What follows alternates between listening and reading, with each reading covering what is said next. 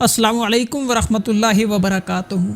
नाज़रीन ARU voice में खुश आमदीद। दुआ है कि अल्लाह ताला मुझे और आपको सेहत और ईमान अता फरमाए। नाज़रीन, कुरैश और खान की 4 किस्तें आ चुकी हैं, जबकि 5वीं किस्त का पहला ट्रेलर भी रिलीज़ हो चुका है। इस सीरीज़ की रेटिंग कैसी रही? क्या सीरीज़ के फ्लॉप होने का खतरा मंडला रहा है? अगर फ्लॉप होने का खतरा है तो क्यों है? इसके अलावा आज की इस वीडियो में नई आने वाली किस्त नंबर 5 का रिव्यू करेंगे। नाज़रीन, किस्त नंबर 5 के ट्रेलर में उस्मान बे कहते हैं कि मेरे बाद सरदार बनने का सबसे ज्यादा लायक ओरहान बे है। क्या ओरहान बे अगली किस्त में सरदार बन जाएंगे?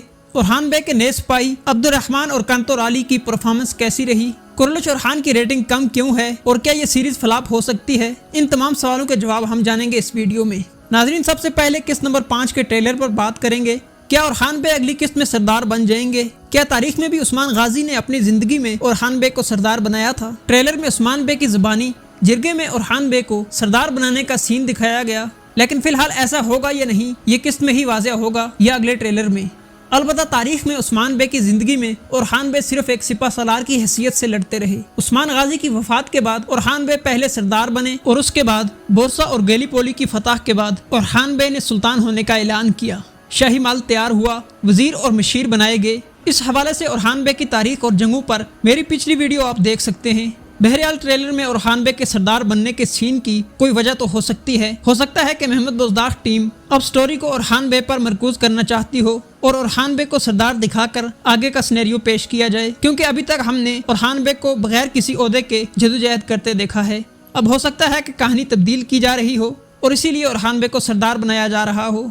अब्दुर्रहमान और कांतोर अली जिन 2 सिपाहियों की एंट्री हुई है, मेरे ख्याल में बड़े अरसे बाद तुर्गत और बमसी की याद दिलाई गई है। कांतोर अली की तलवारें चलाने का स्टाइल बिल्कुल बमसी जैसा है और अब्दुर्रहमान का कुल्हाड़ा बिल्कुल तुर्गत जैसा है, लेकिन यह भी हकीकत है कि तुर्गत और बमसी ने इर्तुगरुल सीरीज में जानदार किरदार अदा किए हैं। इन 2 नए अदाकारों का आगे चलकर पता चल जाएगा कि ये कैसा परफॉर्म करते हैं। बहरहाल ये एक मुस्बत काम किया गया है जिसे मदाह भी पसंद करेंगे। अब आते हैं सीरीज की रेटिंग की तरफ और क्या सीरीज फ्लॉप के खतरे में है या नहीं। नाज़रीन, इस वक्त तक 4 किस्तों की रेटिंग तुर्की के 10 बड़े ड्रामों के मुकाबले में बहुत कम है। इन 10 ड्रामों में सुल्तान महमद फातह भी शामिल है, जिसकी रेटिंग कुरैश और खान से बहुत ज्यादा है। लेकिन अभी सिर्फ 4 किस्तें हुई हैं, आगे चलकर बड़ी जंगें होंगी और बहुत कुछ दिखाना अभी बाकी है, जिससे कहानी खुद बहुत दिलचस्प होती जाएगी। ख्वातीन को फिर से मुकम्मल कवरेज दी जा रही है, जो कि अच्छा नहीं है। यह भी सच है कि इस सीरीज की रेटिंग ख्वातीन दिखाकर ही बढ़ाई जाती है, लेकिन यह भी हकीकत है कि सुल्तान महमद फातह सीरीज बगैर ख्वातीन दिखाए भी टॉप रेटिंग पर है। अगर सीरीज को ऐसे ही आगे ले जाया गया तो इसके मदाहों में इजाफे के बजाय कमी होगी। अलबत्ता अगर स्टोरी में वक्त के साथ साथ जान डाली जाती है तो कुछ बेहतरी आएगी। उम्मीद है महमद बुज़दाख मदाहों का ख्याल रखेंगे। तो नाज़रीन, यहाँ पर आज की वीडियो खत्म होती है। अगर वीडियो अच्छी लगी हो तो लाइक और शेयर करना मत भूलें और साथ चैनल को भी सब्सक्राइब कर जाएं। अल्लाह हाफिज़।